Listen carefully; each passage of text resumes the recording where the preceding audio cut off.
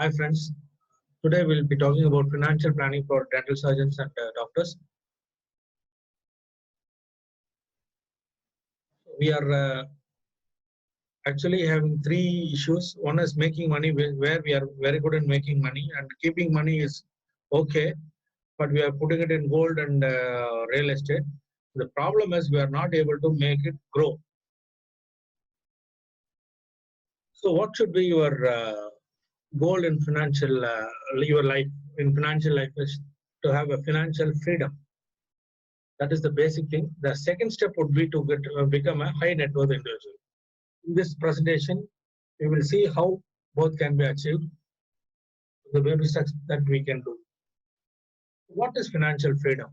Financial freedom is the time that when your passive income, that is the money that you have invested in real estate or MIFT or shares, mutual funds, when the return on this money is much more than what you will require for a monthly basis or for your expenses like rent, car, and other things, then you are supposed to achieve financial freedom. Okay, so this is what I meant. Interest from fixed deposit, passive income is interest from fixed deposit, rental income from residential or commercial property, dividend from shares, share of profits from investment in business and other ventures, royalty payments from the books or paintings that you have made. Please remember, your clinic income and your salaried income does not include passive income. That is active income because you are working actively every day for earning that money. So this is a slide. So in the active income, my family runs on my salary or my work, me going to the clinic. In the passive income, my family runs on my investment returns, not on me working on a day-to-day basis. This is the first step. The second step would be, once you achieve financial freedom, do I have to stop? You need not stop. If you want, you can stop working, or you can pursue your job or your investment and become a high net worth individual. High net worth individual, by a definition, is one who is worth 1 million USD, which is about 7.5 crores rupees today. But please don't, not considering the house that you live in and the clinic that you practice. These two cannot be taken as your net worth. So I wish with the passive income, with the financial freedom, I can pursue my passion. I can travel the world to do what I love without worrying about money. Question yourself where you don't ever have to work again for money. Passive income is more than expenses. Money should work for me. That is a basic point. Money should work for me. Yes. So before going into all this, let us have a personal evaluation of ourselves, like case history. Do I have a will? Can there be any financial disaster in my family in my absence? What will happen if I die today? What will happen to my wealth? Will it be passed on to my generation, next generation, without any problem, or will there be any legal litigations where I have not, which arises because I have not returned a will? Do I know what I need to achieve my financial goal? What is my financial goal? How much money do I need? Does my spouse or family know about all my insurance, investments, income, expenses, debts, etc.? So these are the three classes of people: rich, middle class, and poor. Rich own and buy assets, and middle class have zero cost assets. We are going to talk about this little later. And buy liabilities which they think are assets, or only have expenses. They are living on a day-to-day basis with their income. And mistakes we make in the path of financial planning. Please remember, we all make mistakes. Lack of financial planning. Lack of planning to build a corpus which gives steady real rate of returns, beating inflation and income tax. Failure to have a vision to build a business, and absence of delayed gratification. So what we do, with the hard-earned money, we invest in real estate. Real estate investing, is it bad? Yes, if it is going to be, if your overall net worth is more than 90% in real estate, that means it is a bad investment. So most of us become cash rich and asset rich and cash poor. And return on real estate renting does not exceed 3% of the property value for any of the residential properties anywhere in the country. Commercial properties, it may be around 8 to 10%. And myopic view of tax planning. So by not disclosing adequate income and paying less income tax results in ineligibility or inadequate loan borrowing capacity, in turn adversely affecting our investments. Please remember, by having cash and not paying income tax is not going to create any big wealth, as cash can only be spent. It cannot be used to create any wealth. Please ask yourself how much tax you are paying. If you think that by paying less cash you are saving money, you are actually shooting your foot, because you cannot create any assets with cash. Gold. Gold can be invested in gold ETF, exchange traded funds, or sovereign gold bonds, which is tax free, and 2.5% income in tax. Interest is paid on the gold value. You can buy a gold jewelry, but buying gold jewelry is not an investment. Gold jewelry is only for your personal use, or you can give it to your wife or your children. But that cannot be considered as an investment.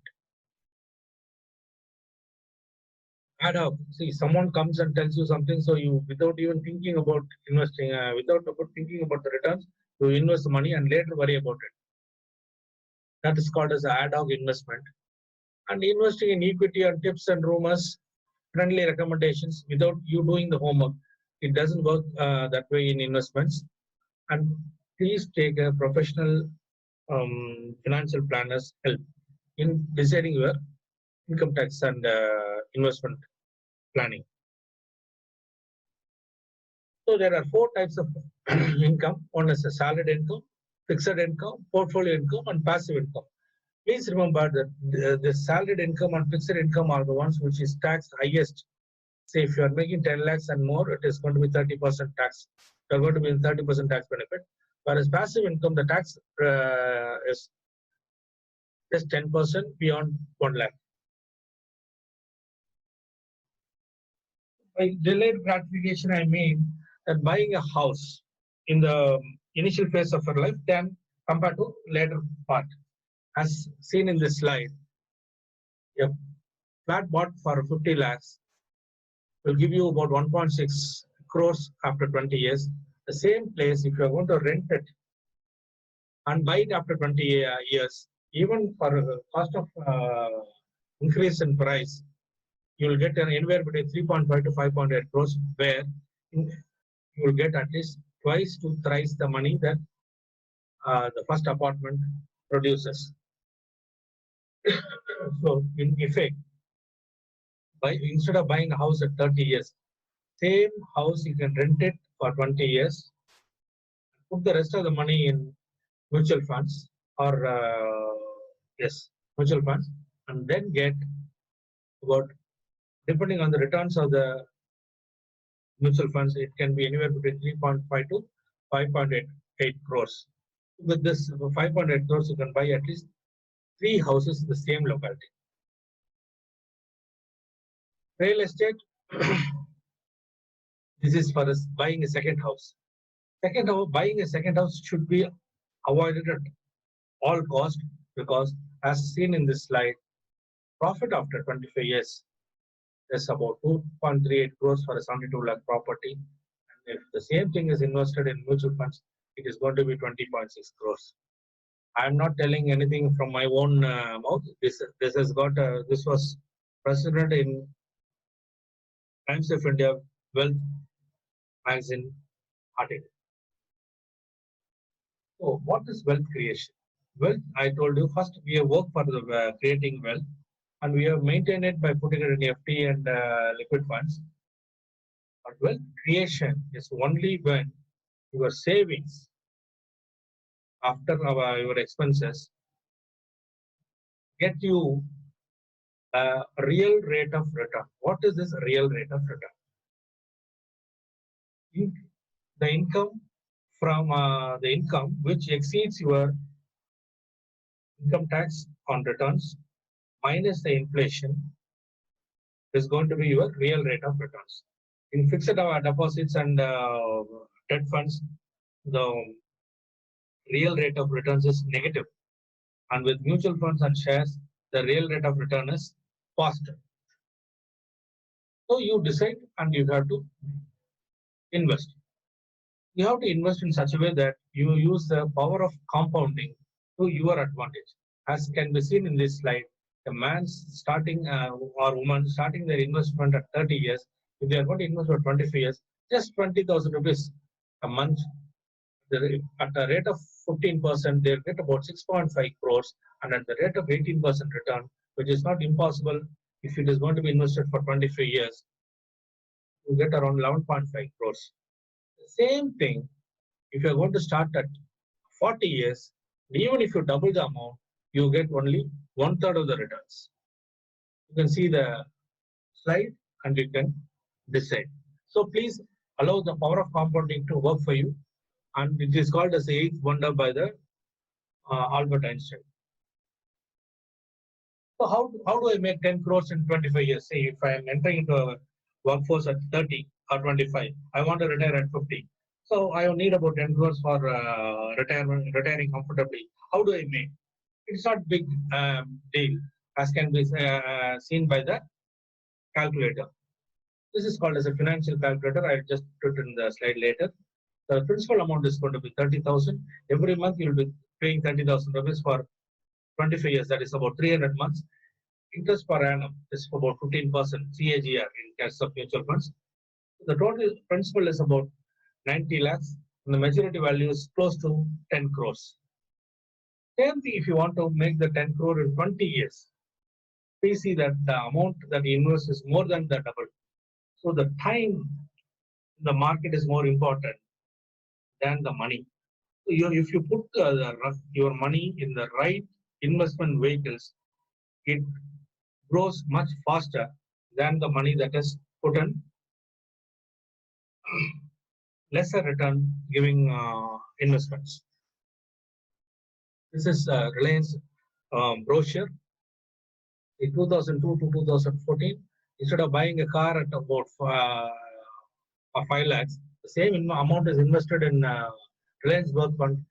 The value as of 2014, I'm talking about 6 years back, is 1.68 crores.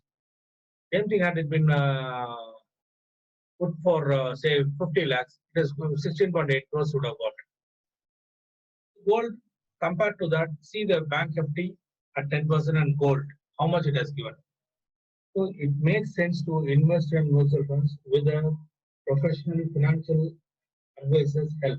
Don't try to do it with your own self, which is not as good as investing with a financial advisor. So what is this? I told you about real returns. Investment return is equal to the interest earned on your income, say fixed deposit, 7% interest, minus income tax, it's about 30%. So 2.5% will go up, 4.5% only is the return. Inflation is minimum 5% in this country, 5 to 7%. So you are getting a negative return. So year on year, the amount may be increasing. Say from 1 lakh, you'll get 1.5 lakhs with the fixed, but the purchasing power is only the top 99,500 rupees or 99,000 rupees. So this is what is called as a positive and negative return on return. Interest earned in mutual funds, average is 12%, minimum basic is 12%, average is about 15%. Inflation is at 5% and tax is at 33%, which I have taken it as 3%. So 12% is the interest, minus 5% inflation, minus 3% for income tax is about 4% positive return. On a FD, it is 7%, inflation is 5%, plus tax is at 3%. So minus 1, it is negative return. Instead of 1 lakh, you after 1 year, you will have only 99,000 rupees worth of purchase capacity only. So how much should I invest? How can I invest? So investment planning out of your net income is roughly divided to 3. Your income, say if you are getting about 100 rupees, 33 rupees for your household expenses, personal household expenses, 33% can be used for your loan, EMI, house and business paying loans, and savings is about 33%. That is the ideal investment planning. So the point is loan repayment should not exceed 35%. 35% can be used for household. 10% can be used for discretionary expense and emergencies. So at least 20% of your money has to be saved and invested. Please use the annual budget and expense tracker that are available in all the mobile phones with the App Store or iStore or whatever it is. You can register your expenses on a day-to-day basis. So risk and return. Asset allocation is the key of every investment. So out of the money that you are allocated for each asset, how much should I put for each? How much should I put it for insurance, for mutual funds, for putting in real estate, for gold, in fixed deposits, commercial property, in shares? That you have to decide with your risk profile with the financial advisor and choose between risk and return. Then you select. You need not put in all. But with the correct professional advice, you can decide among the lot. So how roughly asset allocation is the single most important aspect of wealth creation. The equity should be 100 minus your age. Real estate cannot be more than 25% of your assets. Gold can be about 5 to 10%. Cash and cash equivalents like FD, liquid funds can be between 10 to 15%. Once in 6 months, this asset allocation has to be reviewed, and once a year, at least rebalancing has to be done to create long-term wealth. See, even once in a year, if the gold has gone up more than 10%, you have to sell that much percent and you put it in equity or in cash, whatever it is. So the money can be divided in long-term, short-term, and medium-term investing. For long-term, you can put it in SIP, mutual funds, provident funds, and real estate. And for medium-term, you can put it in debt funds, fixed maturity plans, checks with the registered company, gold ETFs, and short-term, cash, liquid funds, RD, post office monthly schemes, FD, and SB accounts. So the short-term money is used for emergencies, the medium-term is used for business development, and long-term is used for wealth creation. This next, so once you have created a corpus, you need to retire. This is an actual recording. See, the amount invested is 50 lakhs. I have a bulk investment. I've invested in HDFC equity fund and withdraw 50,000 rupees every month for 15 years. So the current value after in 2018, in spite of withdrawing 50,000 rupees every month for 15 years, the value is about 9.44 crores for the investment amount of 50,000 rupees. This is called as systematic withdrawal plan. Speak to your professional financial advisor and they'll be able to give you this product. The top 100 fund, there are HDFC equity fund, there is HDFC top 100 fund and HDFC balanced advantage fund. I am not a broker or I am not saying that you should buy only HDFC. This is only for illustrational purposes. So in another fund, you get about 9.21 crores. Other fund, this is a balanced fund where you have invested in both equity and debt. You get around close to 7 crores. The other two are pure equity play. So with this money, you can have a retirement planning, travel to the place that you want to travel, enjoy your life. That's what I told you about systematic withdrawal plan. Thank you for your patient listening. In the next presentation, I'm going to talk about the effect of COVID and how we are going to manage and the insurance plans that we have to take to manage this current scenario. Thank you.